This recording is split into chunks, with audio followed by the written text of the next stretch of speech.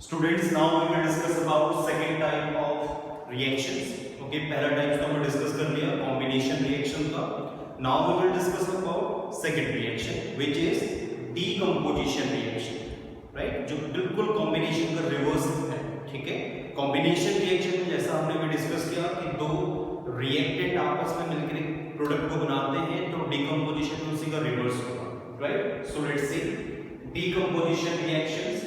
Reactions in which one compound decomposes into or more compounds or elements are known as decomposition reaction. It means that ऐसे reaction जिसमें एक single compound या reactant break होकर दो या दो से ज्यादा simpler product बनाए तो वो decomposition reaction है. It means that ये reaction combination reaction का just reverse है, opposite है.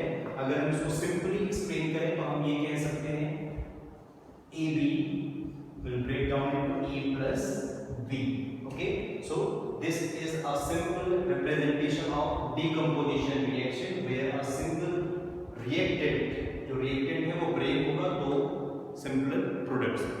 Okay, तो ये एक simple सा idea था decomposition reaction के बारे में. ठीक है, अब थोड़ा सा इसको हम explain करते हैं, elaborate करते हैं, जैसा कि हमने combination को elaborate किया था. So अगर मैं एक सिंपल रिएक्शन को यूज करूं डिकम्पोजिशन रिएक्शन को एक्सप्लेन करने के लिए तो वो क्या होगी. चलिए मोस्ट इंपोर्टेंट रिएक्शन को डिस्कस करते हैं जो हम पहले ही कर चुके हैं. ठीक है, ये सभी को पता है, मैंने फर्स्ट पार्ट में भी डिस्कस किया था. ठीक है, यहाँ पे देखिए पोटेशियम है और ClO3. ClO3 means chlorate. ठीक है, जिसकी वैलेंसी 1 होती है. तो अगर कॉमनली कंप्लीट करके इस कंपाउंड का नाम दो तो ये है पोटेशियम क्लोरेट. ठीक है, इसे हम कहते हैं पोटेशियम क्लोरेट. देखिए स्टूडेंट, ये कॉमनली पूछा जाने वाला क्वेश्चन है पोटेशियम क्लोरेट का यूज. ठीक है, और या इसके रिएक्शन. तो पोटेशियम क्लोरेट को जब हम हीट करते हैं, ठीक है, अब ये डिस्कस करेंगे इसके सभी टाइप को. ठीक है, इन द प्रेजेंस ऑफ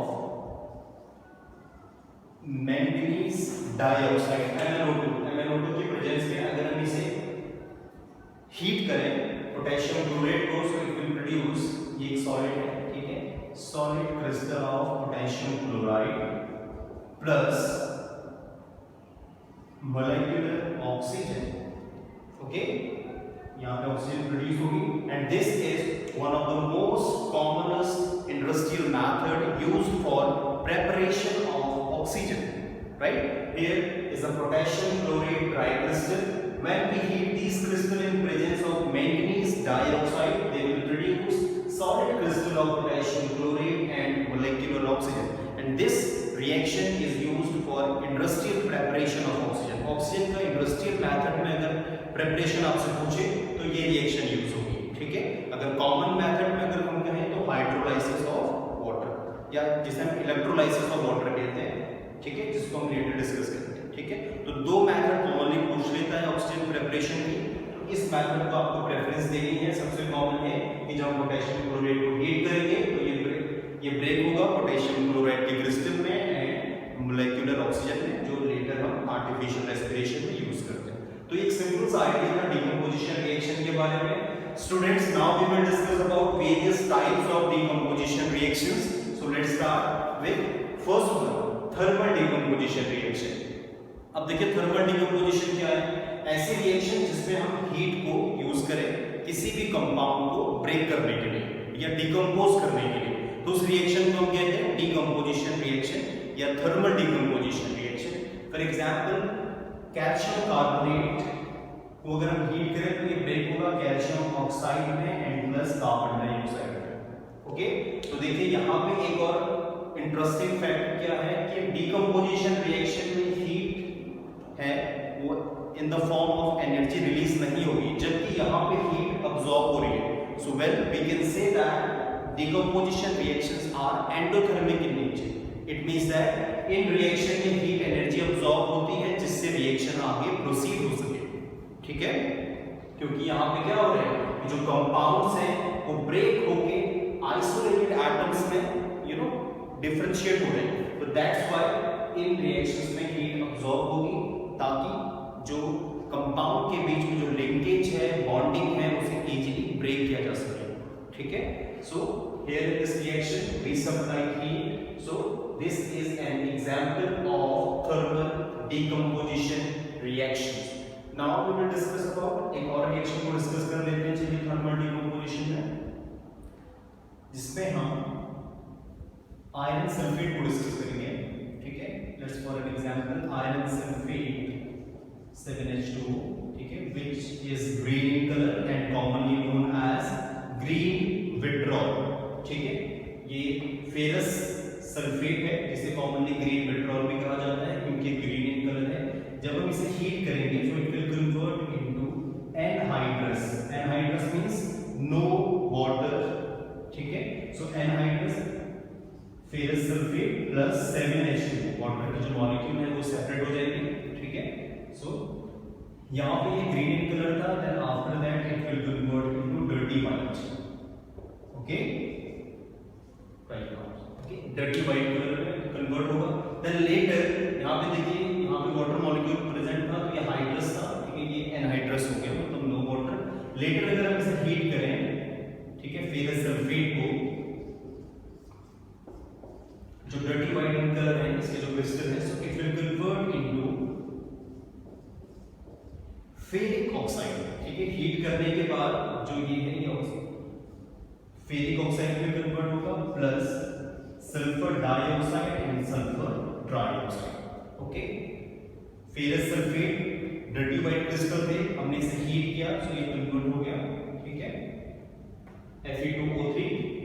ठीक है, and sulphur dioxide and sulphur trioxide. यहाँ पे जो क्रिस्टल है आपके ब्राउन इन कलर है.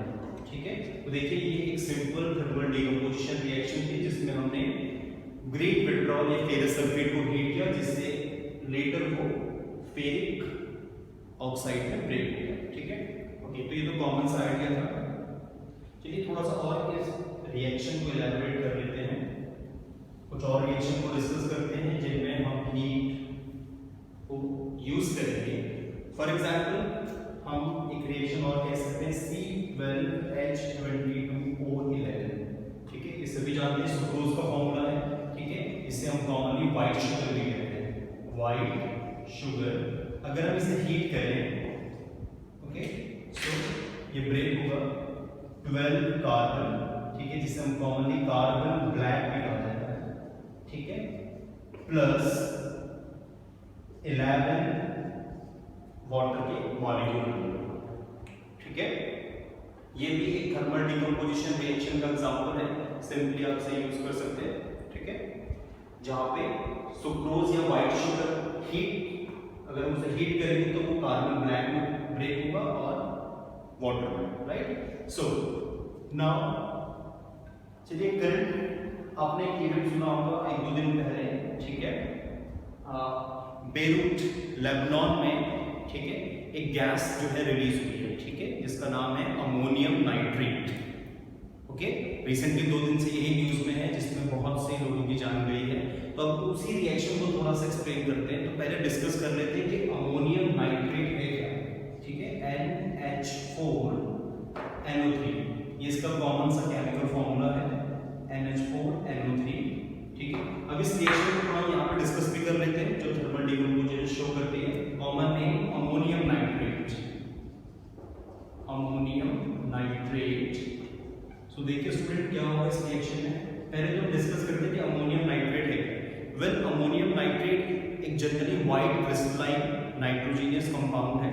ठीक है, जो जनरली फर्टिलाइजर में यूज होता है, इजीली हैंडेबल है, कुछ ज्यादा इसमें रिस्क नहीं है. ठीक है, तो होता क्या है कि जब हम अमोनियम नाइट्रेट को हीट करते हैं तो जनरली ये ब्रेक होगा एक गैस जो जनरली यूज होती है as a laughing gas N2, जिसको हम कहते हैं नाइट्रस ऑक्साइड. सुना होगा आपने, nitrous oxide plus N2O and 2H2 water के मॉलिक्यूल.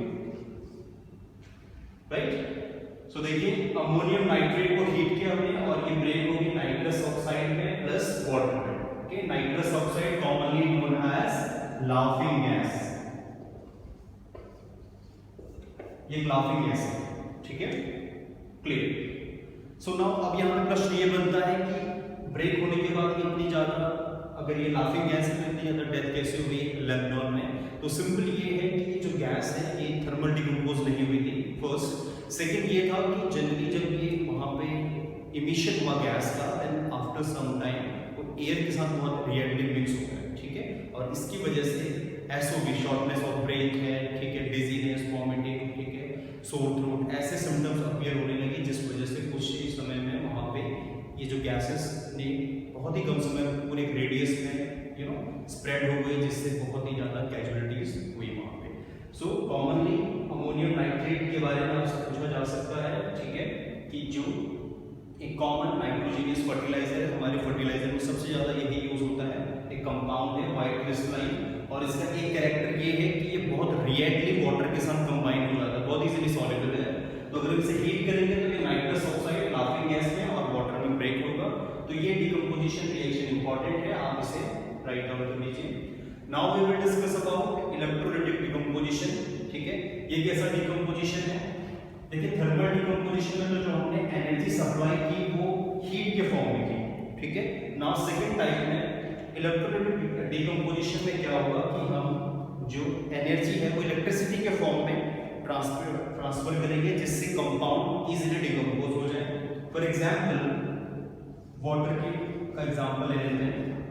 अगर हम इसकी इलेक्ट्रिसिटी पास करें तो जो वाटर का जो कंपाउंड है it will decompose into molecules of hydrogen plus oxygen. Okay, this method is also used in preparation of oxygen. Oxygen को बनाने में मेथड यूज होता है। देखिए, वाटर का मॉलिक्यूल जो है स्प्लिट हो गया हाइड्रोजन के मॉलिक्यूल्स में प्लस ऑक्सीजन में, ठीक है। तो ये एक इलेक्ट्रोलाइटिक डिकम्पोजिशन है, जिसे हम कॉमनली इलेक्ट्रोलाइसिस भी कहते हैं, ठीक है। या फिर आप चाहे सोडियम क्लोराइड का एग्जांपल ले सकते हैं, ठीक है। Sodium chloride plus electricity it will form plus Cl2, okay। now so ये इलेक्ट्रोलाइटिक डिकम्पोजिशन था, ऐसा डिकम्पोजिशन जो इलेक्ट्रिसिटी की प्रेजेंस में हो। now we will discuss about third and last type of decomposition reaction, जो सनलाइट के प्रेजेंस में होगा या लाइट के प्रेजेंस में होगा, ठीक है। so well students, कुछ स्पेसिफिक टाइप ऑफ कंपाउंड्स होते हैं, ठीक है, वो जैसे ही इलेक्ट्रिसिटी के कांटेक्ट में आते हैं तो वो डिकम्पोज हो जाते हैं, ठीक है। वेल स्पेशली जो हैलाइड्स होते हैं, हैलाइड्स मींस हैलोजन, ठीक है।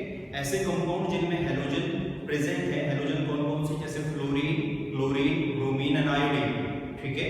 तो अगर किसी भी कंपाउंड में ये प्रेजेंट है और वो कंपाउंड अगर सनलाइट के कांटेक्ट में आएगा तो वो बहुत इजीली ब्रेक हो जाएगा, ठीक है, अपने कॉन्स्टिट्यूएंट एलिमेंट में। So well what will happen, for example अगर हम कहें सिल्वर क्लोराइड जो है अगर इस सनलाइट के कांटेक्ट में आएगा तो ये ब्रेक होगा silver plus chlorine, right. Similarly अगर हम यहाँ पे क्लोरीन की जगह ब्रोमीन कहें तो वो भी ठीक है, फ्लोरीन कहें, आयोडीन कहें तो वो भी बिल्कुल सिमिलर प्रोसेस को शो करेंगे, मतलब फोटो डिकम्पोजिशन होगा, सनलाइट के प्रेजेंस में आने के बाद वो ब्रेक हो जाएंगे।